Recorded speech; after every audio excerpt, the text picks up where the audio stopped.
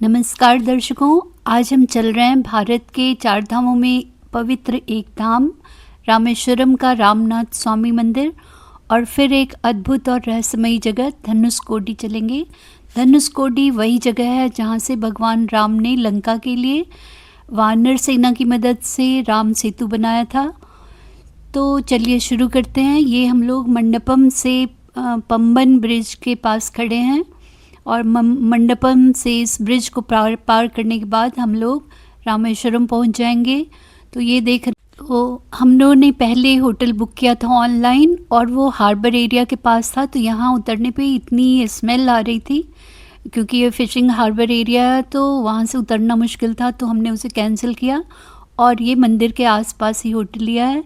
तो आप कोशिश करें मंदिर के आसपास ही ले। ये सुनने के बाद हम लोग सीधे मंदिर ही चलते हैं जिसको अग्नि तीर्थम कहते हैं और ये समुद्र के बगल में है। तो यहाँ पर जो अग्नि तीर्थम है इसलिए नाम पड़ा क्योंकि जब राम वहाँ से सीता माता को लेकर आए वापस तो उनको अग्नि परीक्षा देनी पड़ी थी, इसलिए इसका नाम अग्नि तीर्थम है।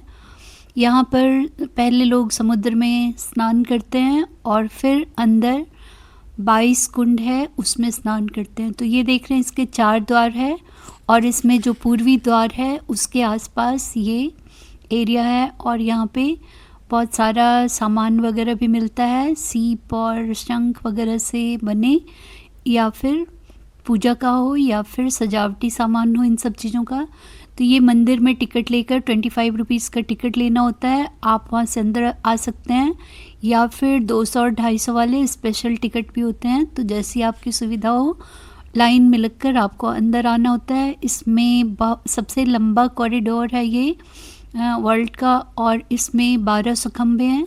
हर खंभा अद्भुत डिजाइन कारीगरी है जो द्रविडियन स्टाइल में बनाया गया है। तो मंदिर बहुत सुंदर और बहुत तो ये जो मंदिर है इसमें 2 शिवलिंग है और उसकी कथा ये है कि जब राम वहाँ से विजय होकर आए लंका से तो ब्रह्म हत्या के पाप से बचने के लिए शिवलिंग स्थापना की सलाह दी गई और इसके लिए हनुमान जी को कैलाश भेजा गया, पर उनको आने में देर हो गई और शाम होने वाली थी। तो सीता माता ने रेत का शिवलिंग बनाया और जब राम ने उसका जलाभिषेक किया तो वो ठोस हो गया और फिर उसकी पूजा की गई और फिर हनुमान जी भी लेकर आए तो उस शिवलिंग को भी स्थापित किया गया और राम वाले शिवलिंग को रामलिंगम और जो हनुमान जी वाला शिवलिंग थे उनको विष्णु। तो दोनों शिवलिंग की पूजा होती है और ये जो मंदिर है 4 गोपुरम है इसमें और इसे पांड्या और सेतुपति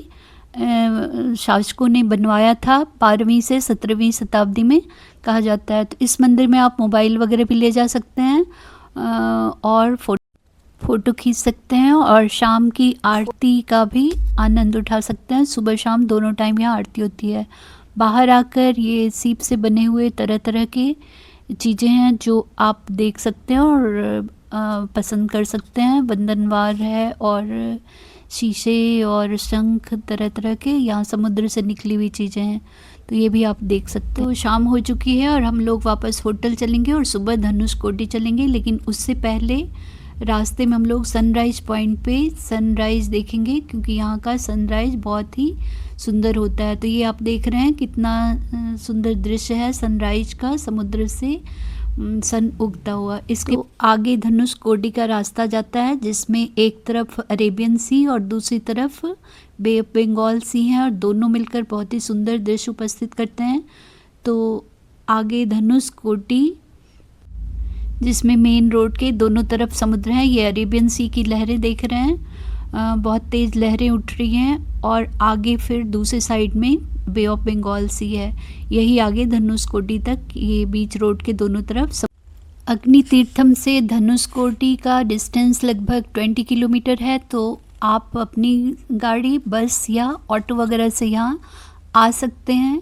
और ये देख रहे हैं, ये यहाँ पर हम लोग आ रहे हैं, ये लाइट हाउस है। यहाँ से आप ऊपर से धनुषकोडी का नज़ारा देख सकते हैं। बीच में रोड गई हुई है और इसके आसपास पुराने खंडहर वगैरह या फिर झोपड़ी नुमा रचनाएं हैं। पहले ये रोड अभी कुछ साल पहले ही बनकर तैयार हुई हैं। तो यहाँ पे देख रहे हैं टूटे फूटे खंडहर, क्योंकि बताते हैं कि 1964 में बहुत बड़ा साइक्लोन आया था, उसकी वजह से सब। तो ये तैरने वाले पत्थर हैं, इसको आप डुबाएंगे, पानी में धक्का देंगे, फिर वापस ऊपर आ जाएगा। यहीं पर कहीं कहीं पुराने पत्थरों की बहुत पुरानी मूर्तियाँ, शिवलिंग वगैरह भी हैं, जहाँ लोग दर्शन करने आते हैं। और ये देख रहे हैं नंदी और शिवलिंग हैं। इसके अलावा माता का भी मंदिर है। तो छोटे मोटे कई मंदिर वगैरह भी बीच रास्ते में, वहीं कहीं कहीं पे इस तरह से तैरने वाले पत्थर भी रखे हैं, जो पानी में डूबता नहीं है, तैरता है। तो ये देख रहे हैं बिल्ली दिख रही है, दो खेल रही हैं बच्चे। और ये आगे खंडहर सब हैं, जहाँ कहा जाता है कि पहले रेलवे स्टेशन था, यहाँ चर्च था, हॉस्पिटल वगैरह भी थे, तो यहाँ तक ट्रेन आया करती थी। और ऐसा साइक्लोन आया 1964 में कि सारे के सारे डूब गए, टूट गए, और करीब 1800 लोग मारे गए। तो उस समय से इस जगह का नाम घोस्ट सिटी हो गया है। और अभी भी सरकार पक्के मकान वगैरह बनाने की अनुमति नहीं देती है, तो लोग जो हैं वो टिन शेड में या फिर झोपड़ी नुमा संरचनाएं बनाकर रहते हैं, और वो भी परमानेंटली नहीं रहते हैं और फिर चले जाते हैं अगर तूफ़ान वगैरह के चांसेस हों तो ये पूरा खंडहर सा हो गया है। और ये लास्ट पॉइंट तक में, तो ये एंड पॉइंट है, यहाँ पे दोनों तरफ से, एक तरफ से। इसके आगे आप देख सकते हैं यहाँ पर एक मीठे पानी का कुआं है। कहते हैं कि जब सीता माता को प्यास लगी तो राम जी ने तीर मारकर यहाँ पानी निकाला। तो बहुत ही कम गहरा सा ये कुआं है, इसमें मीठा पानी है समुद्र के खारे पानी के बीच में। तो बीच में ये रोड है जिसके दोनों तरफ दोनों सीज हैं, और लास्ट जहाँ है इसका, वहाँ से 3 किलोमीटर अंदर तक इंडिया का है, और उसके आगे 15 किलोमीटर तक श्रीलंका का है। उसके बाद श्रीलंका एक तरफ से बे ऑफ बंगाल सी दोनों आकर मिल जाते हैं, और इसको मन्नार की खाड़ी भी कहते हैं। तो यहाँ भी कुछ छोटे मोटे सामान, सीप और शंख वगैरह के बने हुए, और मोती तरह तरह के, ये सारी चीज़ें मिलती हैं। तो ये फिर वापस हम लोग चल रहे हैं। ये देख रहे हैं अरेबियन सी का फिर से पूरा लहरें दिखाई दे रही हैं, और यहाँ से हम लोग वापस चलेंगे, और जहाँ पे विभीषण का पट्टाभिषेक किया गया उसे भी हम लोग देखते हुए चलेंगे। तो ये भी धनुषकोडी जैसा ही छोटा एरिया है, दोनों तरफ यहाँ भी पानी पानी दिखाई देता है। और आगे जाकर ये मंदिर है जिसको थंडर आमार टेम्पल भी कहा जाता है। तो यहीं पर लंका से आने के बाद विभीषण का यहाँ पट्टाभिषेक किया गया था, यानी उनको राजा का दर्जा दिया गया था राम जी के द्वारा। यहाँ अंदर सबकी मूर्तियाँ हैं, पर अंदर कैमरे वगैरह नहीं अलाउड हैं। तो वापस अब हम लोग इस मंदिर से चलेंगे और फिर रामेश्वरम वापस जाएंगे। बीच में आप चाहें तो हमारे पूर्व राष्ट्रपति स्वर्गीय अब्दुल कलाम जी का घर है, तो वो म्यूजियम बना दिया गया है, वहाँ भी आप देख सकते हैं अगर आपका टाइम मैच करे इनकी टाइमिंग से वहाँ। तो अब हम लोग आ गए हैं रामार पद्म टेम्पल, जो अग्नि तीर्थम से 2.5-3 किलोमीटर नॉर्थ की ओर है, और ये यहाँ का सबसे ऊंचा स्थान है, और ये गंधमादन पर्वत के ऊपर है। तो ये यहाँ से ही राम जी ने निरीक्षण किया था कि कहाँ से हमें युद्ध की तैयारी करनी है, कहाँ से सेतु वगैरह बनाना है, और यहाँ पर राम के पैरों के निशान है, इसलिए से राम पद्म टेम्पल कहते हैं।